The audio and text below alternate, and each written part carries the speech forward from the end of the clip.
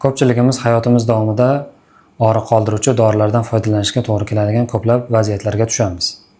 Bu dorilarni yilda, oyda bir necha marta ichishga to'g'ri keladigan bo'lsa, organizm uchun nisbatan xavfsiz deb baholash mumkin. Lekin ba'zi kasalliklar bu surunkali kechadi. Surunkali bosh og'riqlari, bo'g'im kasalliklari, artritlar, grijadagi og'riqlar, osteoxondrozdagi og'riqlar yoki onkologik kasalliklardagi og'riqlar. Bunday holatlarda ushbu og'riq qoldiruvchi dorilarni haftalab, zarur holatlarda esa oylab ichishga to'g'ri keladi. Shunday holatlarda agar sizda yurak qon tomir kasalliklari mavjud bo'ladigan bo'lsa, qon bosimining ko'tarilib turishi, stenokardiya, infarkt, insult o'tkazgan bo'lsangiz, yurak yetishmovchiligi yoki aritmiyalar bo'ladigan bo'lsa, og'riq qoldiruvchi dorilarni ham tanlab ichish muhim hisoblanadi. Chunki bu dorilarning o'zi ham yurakda, qon tomirlarda o'zgarish chaqiradi. Masalaning ikkinchi tomoni, og'riq qoldiruvchi dorilarni ichmasdan og'riqqa chidab yuraman deyish ham xato hisoblanadi. Sababi og'riq organizmga stress bo'lib hisoblanadi. Stress natijasida qonga gormonlar, kortizol moddasini doimiy chiqib turishi, qon tomirlarini toraytirib, qon bosimining oshishiga va bu yurakka qo'shimcha yuklama yaratishga olib keladi. Og'riq qoldiruvchi dorilarning ta'sir mexanizmi organizmda prostaglandin deb ataladigan moddalarning sintezlanishini kamaytirishdan iborat bo'ladi. Bu modda kamayganda, demak, og'riqlar ham kamayadi. Lekin prostaglandinlarning boshqa vazifalari ham mavjud. Ular qon tomirlarini kengaytirish xususiyati bor. Og'riq qoldiruvchi dorilar ta'sirida prostaglandin miqdori ham kamayadi va qon tomirlarining kengayish xususiyati ham kamayadi. Bu ham qon bosimini ko'tarishiga olib kelishi mumkin. Bundan tashqari prostaglandinlar oshqozonda himoya vazifasini ham bajaradi.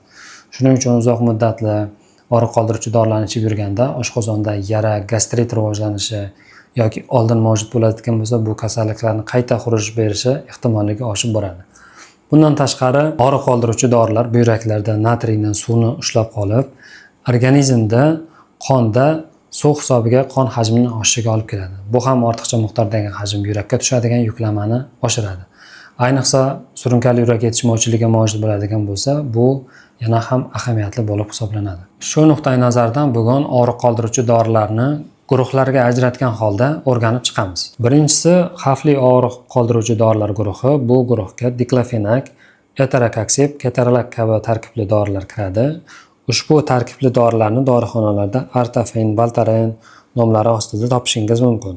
Bu dorilarni ishlatishga to'g'ri kelganda ularni maz yoki gel shaklida ishlatish nisbatan xavfsiz hisoblanadi, chunki qonga kam miqdorda tushadi. Ikkinchisi o'rtacha xavf guruhiga kiradigan dorilar. Bular ibuprofen tarkibli dori, dorixonalarda MIG nomi bilan chiqadi. Meloxicam, Melbek dorilari, bular diklofenakka nisbatan xavfsizroq hisoblanadi. Yana bir dori bu Nemisilut o'rtacha xavf guruhiga kirib, infarkt xavfini nisbatan oshirishi mumkin ekan. Undagi asosiy muammo bu jigar uchun toksikligi. Yurak qon tomir tizimi tomonidan nisbatan xavfsiz guruhga kiradigan dorilar naproxen va celecoxib kabi dorilar hisoblanadi. Dorixonalarda Nalgezin forte, Oxenfort, Naprof nomlari bilan chiqadi.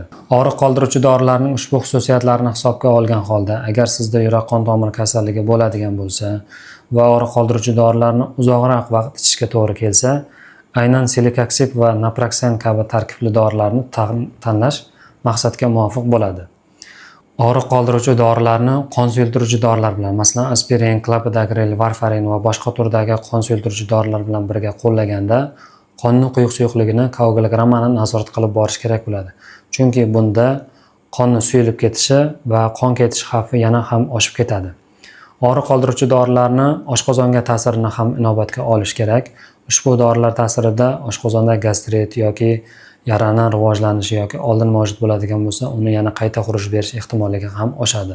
Buyrak bilan bog'liq muammolarda ham og'riq qoldiruvchi dorilarni uzoq muddat qabul qilishdan saqlanish kerak bo'ladi. Sababi bu dorilar nefrotoksik, ya'ni buyraklarga zarar yetkazadi. Ayniqsa keksa yoshdagilar, buyrak yetishmovchiligi bor bemorlar, diabet bilan og'rigan bemorlarda ayniqsa ehtiyotkor bo'lish kerak bo'ladi. Xulosa qilib shuni aytish mumkinki, og'riq qoldiruvchi dorilarni to'g'ri tanlash muhim hisoblanadi. Agarda og'riq qoldiruvchi dorilarni uzoq muddat ichishga to'g'ri keladigan bo'lsa, sizdagi qo'shimcha kasalliklarni hisobga olgan holda albatta shifokoringiz bilan maslahatlashish tavsiya etiladi.